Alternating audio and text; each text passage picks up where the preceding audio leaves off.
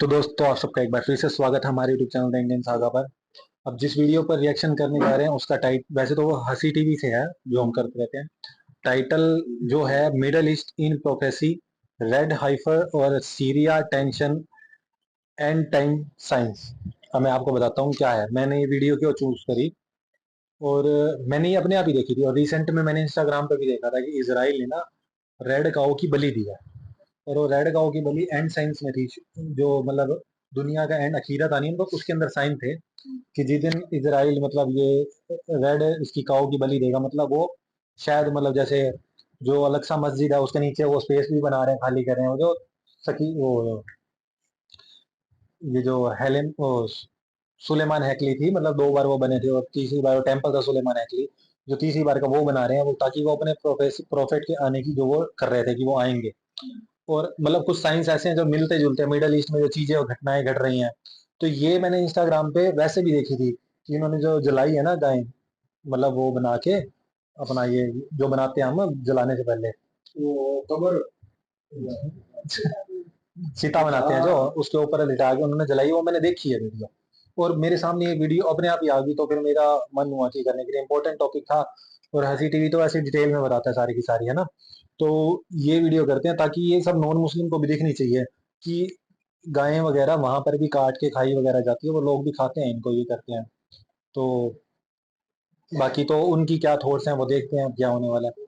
तो फिर video start करते हैं और काफ़ी अच्छा टॉपिक है, तो लाइक सब्सक्राइब शेयर करते रहिएगा ताकि सारे ही इस वीडियो को समझें, देखें और उन्हें पता चले। तो फिर वीडियो स्टार्ट करते हैं, तो इसके बारे में बात करेंगे।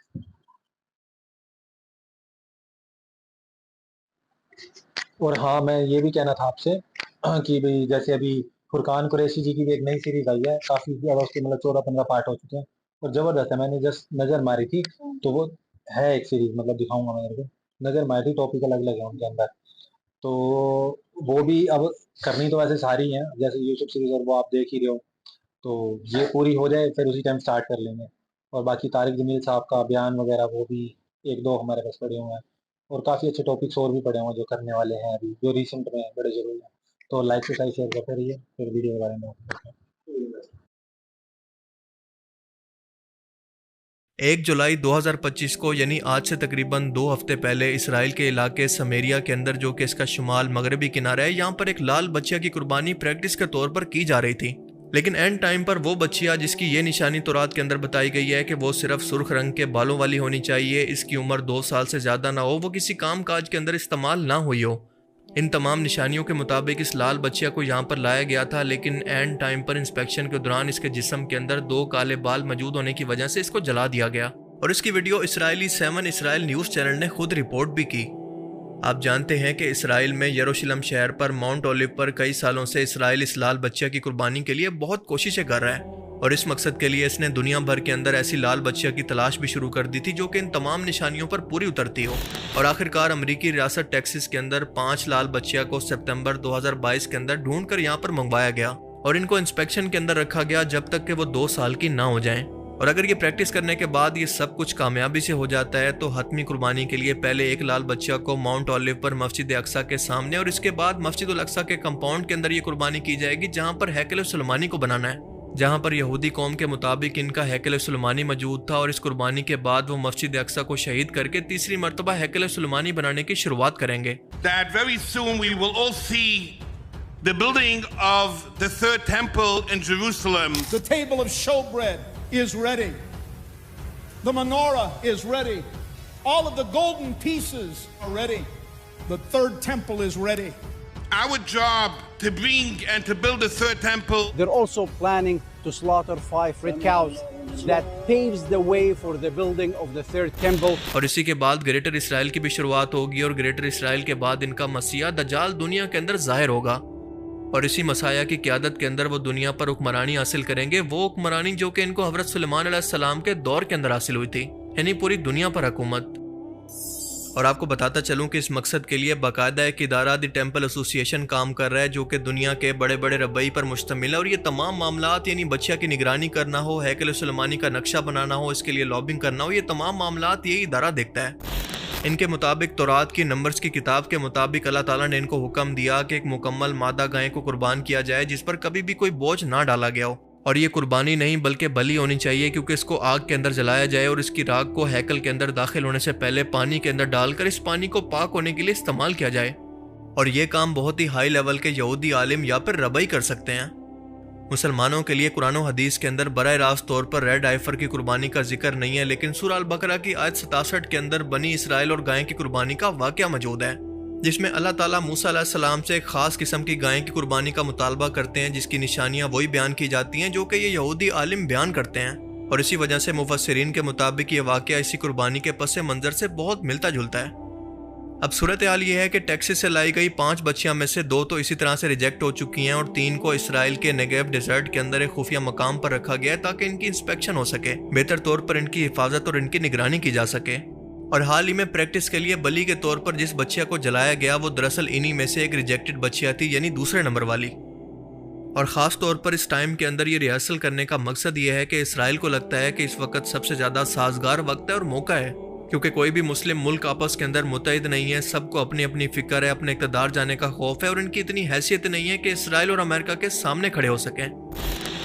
आप ज़रा ग्रेटर इसराइल के नक्शे को देखें तो आपको अंदाज़ा होगा कि इराक के अंदर जहाँ पर खाना जंगी करवाकर इसकी ताकत को तोड़ दिया गया है, तो आज यहाँ पर एक पॉलिटिकल मरकज़ी हुकूमत तो मौजूद है, लेकिन साथ साथ कुर्द हुकूमत और प्रॉक्सीज का भी कंट्रोल है। और इराक जो कि अरब दुनिया की एक ताकतवर फौजी तेल से माला माल और मुत्तहिद कौम थी, इसकी तबाही की वजह से मिडिल ईस्ट के अंदर ताकत का तवाज़ुन बिगड़ गया और आज भी यहाँ पर शिया सुन्नी फसादात को जानबूझकर हवा दी जा रही है मुसाद और CIA के जरिए। और इसराइल की तरफ से अल-अक्सा पर हालिया हमले या फिर पाबंदियां भी इसी वजह से की जा रही हैं। और इसके अलावा आपने खबरों में सुना होगा कि टेम्पल माउंट पर अभी अभी यहूदियों को इबादत करने की इजाज़त भी दी गई है, और वो भी इनके फौजियों की निगरानी के अंदर। अब इसके बाद शाम की तरफ देखें तो यहाँ पर इसकी हुकूमत का तख्ता उलट दिया गया है, यहाँ पर अपनी कठपुतली हुकूमत बिठा दी गई है और इसकी गोलान हाइट्स पर तो पहले से इसराइल का कब्जा है।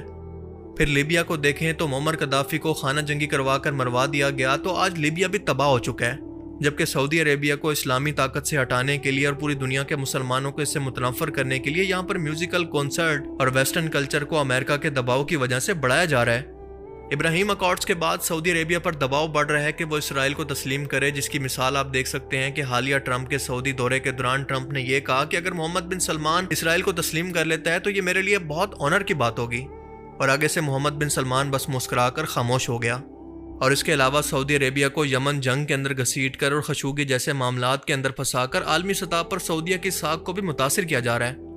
अब कुल मिलाकर सऊदी अरेबिया की सूरत हाल ये है कि ये अपने मामलात के अंदर उलझा हुआ है और उसके अलावा हम जानते हैं कि सियासी और अस्करी तौर पर भी अमेरिका और बाकी मुल्कों पर डिपेंडेंट है। अब उर्दन की तरफ आएँ तो फ़लस्तीनी पनाह गुज़ीनों के बोझ की वजह से उर्दन इक्तसादी तौर पर कमज़ोर हो चुका है और आज इसराइल का सबसे बड़ा इत्तेहादी है। आपको याद होगा कि ईरान की तरफ से इसराइल पर किए जाने वाले हमलों को रोकने वाला वाहिद इस्लामी मुल्क दरअसल उर्दन ही था। और मौजूदा मिस्र की बात करें तो आप सभी लोग जानते हैं कि पॉलिटिकल तौर पर या फिर इकोनॉमिकल तौर पर ये इतना कमज़ोर हो चुका है कि इसराइल और अमेरिका का सामना कभी नहीं कर सकता। और इस तमाम सूरत हाल को देखकर इसराइल का ग्रेटर इसराइल के लिए नारा यानी फ्रॉम द नाइल यानी मिस्र से लेकर यूफ्रेटिस या इराक के दरिया फरात तक तमाम का तमाम इलाका हमारे कंट्रोल में होगा, यानी मिस्र, उर्दन, सऊदी अरेबिया, शाम, इराक, हत्ता के मदीना तक के इलाके ग्रेटर इसराइल के नक्शे के अंदर शामिल होते हैं। और इस वक्त इसराइल के मुताबिक इनके लिए हालात बिल्कुल परफेक्ट हैं और इसीलिए ये तैयारियां इतनी तेज़ी से हो रही हैं। अब ईरान क्योंकि इस नक्शे के अंदर शामिल नहीं है तो इसराइल को इसकी कोई फिक्र नहीं, बस ये फिक्र है कि ये अपनी प्रॉक्सीज के जरिए इसको परेशान ना करे। 1 जुलाई 2025 को होने वाली ये कुर्बानी एक खुफिया मकाम पर की गई ताकि मुस्लिम दुनिया की तरफ से होने वाले एहतजाज या फिर सियासी दबाव से बचा जा सके। हालांकि ये एक असल कुर्बानी नहीं थी बल्कि एक प्रैक्टिस या फिर रिहर्सल थी ताकि अगर मुस्तकबिल के अंदर असल कुर्बानी की इजाज़त मिले तो तमाम तैयारियां पहले से मुकम्मल हों। अब इसका मतलब यह है कि इसराइल के मुताबिक ये टाइम अब बहुत जल्द आने वाला है, बस इनको सही मौके का इंतजार है। अब इस तमाम सिनेरियो को ज़हन में रखकर आप सोचें कि अगर आपको ये कुर्बानी करनी होती तो आप सबसे पहले क्या करते। जाहिर सी बात है कि अपने आसपास मौजूद मुमकिन ख़तरों को ख़त्म करते, यानी सबसे पहले गजा पर हमला करते, इसको खाली करवाते, फ़लस्तीनियों को मजीद कमज़ोर और फ़लस्तीनियों को बेबस करके इसकी शुरुआत करते क्योंकि वो आपके सबसे ज़्यादा करीब मौजूद हैं। और आप गौर करें कि इसराइल ने यही सब कुछ तो किया है। और फिर इसको मजीद एक स्टेप आगे ले जाते हुए हाल ही में सीरिया यानी शाम के अंदर इनके प्रेसिडेंट बिल्डिंग पर इसराइल ने हमला किया, जहाँ पर लाइव न्यूज़ रिपोर्टिंग के दौरान ये मंजर कैप्चर किया गया।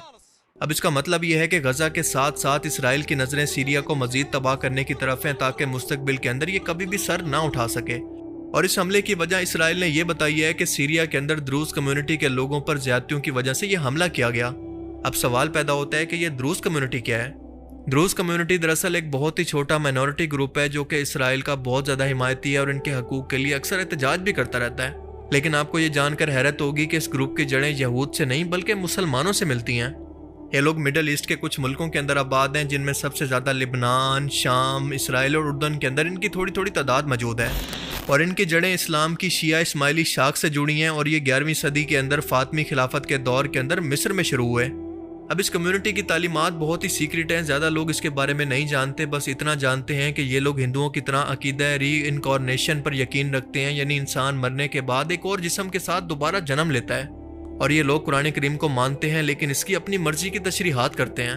अब मुसलमानों को इनके वजूद से कोई मसला नहीं है जब तक कि ये शर और फितना पैदा ना करें, क्योंकि ये खुद को मुसलमान कहते ही नहीं हैं। शाम के अंदर द्रूज कम्युनिटी ज़्यादातर सुवेदा सूबे के अंदर आबाद है और इसराइल अक्सर इस ग्रुप की हिमायत करता रहता है। इस वजह से नहीं कि इसको इनसे प्यार, हमदर्दी या फिर इनकी फिक्र है, बल्कि इसलिए कि शाम के अंदर फिरका वारियत को बढ़ाकर इसको मजीद तोड़ सके और शामी हुकूमत कभी भी खाना जंगी की वजह से सर ना उठा सके। आपको याद होगा कि कुछ ही महीने पहले जब शाम के अंदर बशारुल असद की हुकूमत का तख्ता उल्टा गया तो शाम के अंदर मौजूद बहुत सारे डिफेंस इक्विपमेंट को इसराइल ने अपने बम्बार तैयारों की तबाही से तबाह कर दिया। पर इस वक्त भी हम देख सकते हैं कि इसराइल शाम की इस हुकूमत से फिर भी घबराया हुआ है। अब सवाल ये पैदा होता है कि शाम को इतना कमज़ोर करने के बावजूद भी आखिर इसराइल को इससे किस बात का खतरा है। अब इसका जवाब है कि ईरान की प्रॉक्सीज, खसूसन हज़बुल्लाह और सुन्नी प्रॉक्सीज जैसा कि हमास की मौजूदगी की वजह से, और इसकी ये कोशिश है कि सीरिया को मजीद खाना जंगी या फिर डिवाइड एंड रूल के जरिए पहले इसको बमबारी करके तबाह करे और इसके बाद इसका हाल भी गजा जैसा कर दे और इसके बाद इसको ग्रेटर इसराइल के अंदर शामिल कर दे। और इसकी दूसरी वजह यह है कि इसराइल ये बात जानता है कि मुसलमानों की हदीस की किताबों के अंदर लिखा है कि मुसलमानों की फौज शाम की सरजमीन से इकट्ठा होकर बैतुल मुकद्दस की तरफ जंग के लिए बढ़ेगी और इमाम मेहदी अलैहिस्सलाम का ज़हूर शाम की जंगों के दौरान ही होगा। हज़रत ईसा अलैहिस्सलाम का नज़ूल दमिश्क यानी शाम की जामिया मस्जिद के सफ़ेद मीनार के करीब होगा और इनके मसीहा दज्जाल को भी हज़रत ईसा अलैहिस्सलाम शाम के अंदर लूत के मकाम पर कत्ल करेंगे। सही हदीस के अंदर आता है कि जब शाम वाले बिगड़ जाएं तो तुम में कोई भलाई बाकी नहीं रहेगी, यानी शाम की तबाही का मतलब पूरी मुस्लिम दुनिया की तबाही होगा। कोई भी मुस्लिम मुल्क सही सलामत अपने पैरों पर खड़ा नहीं हो पाएगा। और इसके बाद फरमाया कि मेरी उम्मत का एक गिरोह हमेशा हक पर कायम रहेगा, कोई भी इसको नुकसान नहीं पहुंचा सकेगा यहाँ तक कि क़यामत कायम हो जाएगी, यानी इमाम मेहदी अलैहिस्सलाम का गिरोह। मुस्तदरिल हाकिम के अंदर हज़रत अली से रिवायत है कि जब तुम शाम को, सीरिया को तबाह होते देखो तो समझ लो कि फितना करीब है। और दोस्तों, अगर इन तमाम हालात का जायज़ा लें तो लाल बच्चा की कुर्बानी करने के अंदर तेज़ी आना और शाम की तबाही का आगाज़ इसी आखिरी ज़माना की तरफ इशारा कर रहा है और हमें बता रहा है कि मुसलमानों पर एक बहुत ही मुश्किल वक्त, एक आजमाइश आने वाली है, लेकिन बहुत ही जल्दी आजमाइश ख़त्म भी हो जाएगी और हज़रत ईसा अलैहिस्सलाम की क़यादत के अंदर पूरी दुनिया पर मुसलमानों की खिलाफत कायम हो जाएगी और इसके बाद क़यामत की बड़ी निशानियों का आगाज़ होगा। अगरचा अहले ईमान पर आजमाइश का वक्त आन पहुंचा है, लेकिन वादा इलाही है कि हक गालिब आएगा और बातिल को मिट जाना है, क्योंकि अल्लाह पाक खुद फरमाता है कि हर मुश्किल के बाद, हर आजमाइश के बाद आसानी है। अल्लाह ताला से दुआ है कि वो हमें समझने की और नेक अमल करने की तौफीक अता फरमाए। आमीन। काफी मतलब ये लगा लो टेंशन पैदा करने वाली वीडियो है। रीजन उसका ये है, आप खाली इस चीज को मत देखो कि भाई फ्यूचर में भी क्या होने वाला है, कि जो आएंगे, जो भविष्य, वो तो अभी भी कोई अभी ये नहीं कह सकता कि कब आना है। बट ये मत देखो कि ये मुसलमान है, जैसे ये इस चीज में बिलीव जैसे अभी कर रहे हैं, कुरान में भी इसका जिक्र है, हदीसों में भी है, ठीक है, कि ऐसे ऐसे होना है, सब कुछ आखिरी टाइम की निशानी है, सब कुछ हमने देखा भी होना है।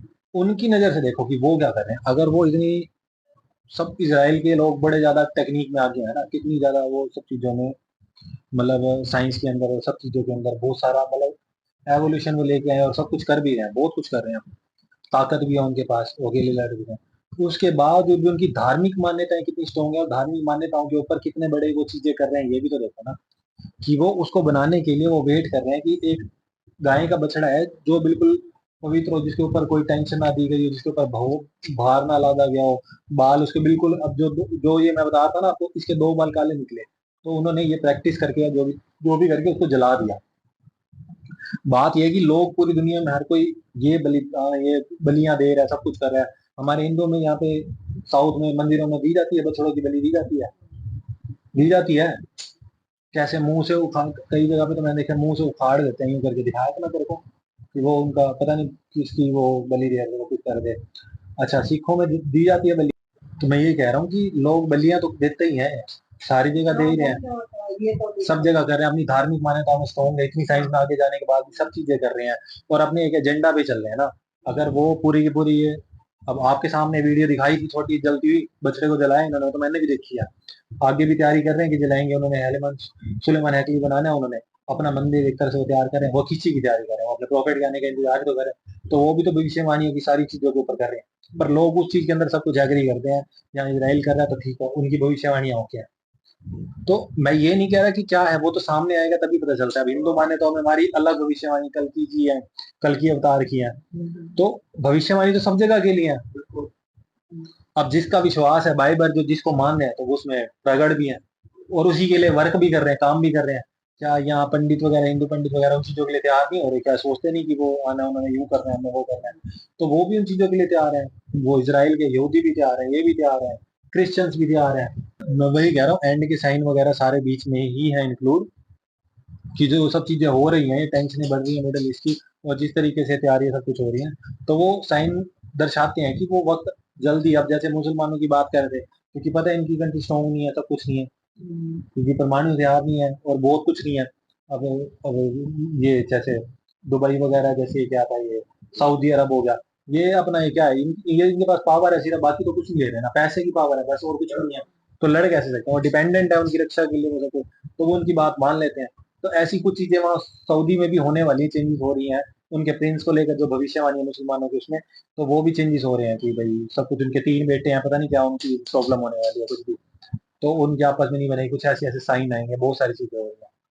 तो ये मान्यता मैं ये कह रहा हूँ कि वो अपने लेवल पे जो काम कर रहे हैं उसके अकॉर्डिंग वो, चाहे वहाँ जैसे अब गाजा वगैरह में लोगों को मारा, पैलेस्टाइन में जैसे वो कर रहे हैं, अब सऊदी में भी देखा आपने करा, सऊदी सीरिया में किया, सीरिया पहले भी ब्लास्ट कर चुके हैं, तो लोग सब भी तो अपने एजेंडे पे काम कर रहे हैं। तो ये चीज मैं कह रहा हूँ कि इस चीज को समझो कि जो काम हो रहा है ऑल ओवर वर्ल्ड में पॉलिटिकल उसी में ही हो रहा है, उसी में चल रहे हैं वो सारे के सारे। मेन तो घूम फिर के फिर वही बात है कि अमेरिका की सारी कहानी, इसराइल, अमेरिका, बहुत सारे अभी अमेरिका जो जुड़े बंदे होते हैं उनमें पॉलिटिकल में बहुत कुछ होता है, हर कंट्री को कैसे चलाना कैसे नहीं करना, बहुत सारी चीजें होती हैं। तो मैं यही कहूंगा दोस्तों, ये तो अब फ्यूचर की निशानी पर डिपेंड करता है कि आगे कोई वीडियो ऐसी आती है उसमें देखेंगे कि या कुछ ऐसे इंसिडेंट होते हैं थोड़े वो टाइम में, और तो वो तब पता चल जाएगा कि हाँ भी देख वही चीजें निशानियां क्लियर हो गई, तो वो चीजें पता चलती हैं। तो फिर बस इतना काफी है, क्योंकि ये टॉपिक ना थोड़े माइंड को इरिटेट भी करते हैं कि इतना सब कुछ हो रहा है और लोग सब कुछ ये कर रहे हैं, और मतलब किस तरीके से जान, जो नॉर्मल बच्चे बुच्चे हैं उनको भी उड़ा दिया जाता है, सब कुछ कर दिया जाता है, उनको किसी को फर्क नहीं पड़ा, वो तो अपने एजेंडा पे चल रहे हैं। तो बस यही कहते हैं, मैं वीडियो मतलब ये खत्म करता हूँ। तो लाइक से शेयर करते रहिएगा, मतलब होप तो यही करते हैं कि बढ़िया हो, लेकिन फिर भी वही बात है जैसे उन्होंने लास्ट में बोली थी कि अगर आपके ऊपर वक्त आता है आपकी टेस्टिंग का, तो फिर वो निकल भी जाता है, कुछ भी होता है। तो मिलते हैं जल्दी नेक्स्ट वीडियो में, बाय।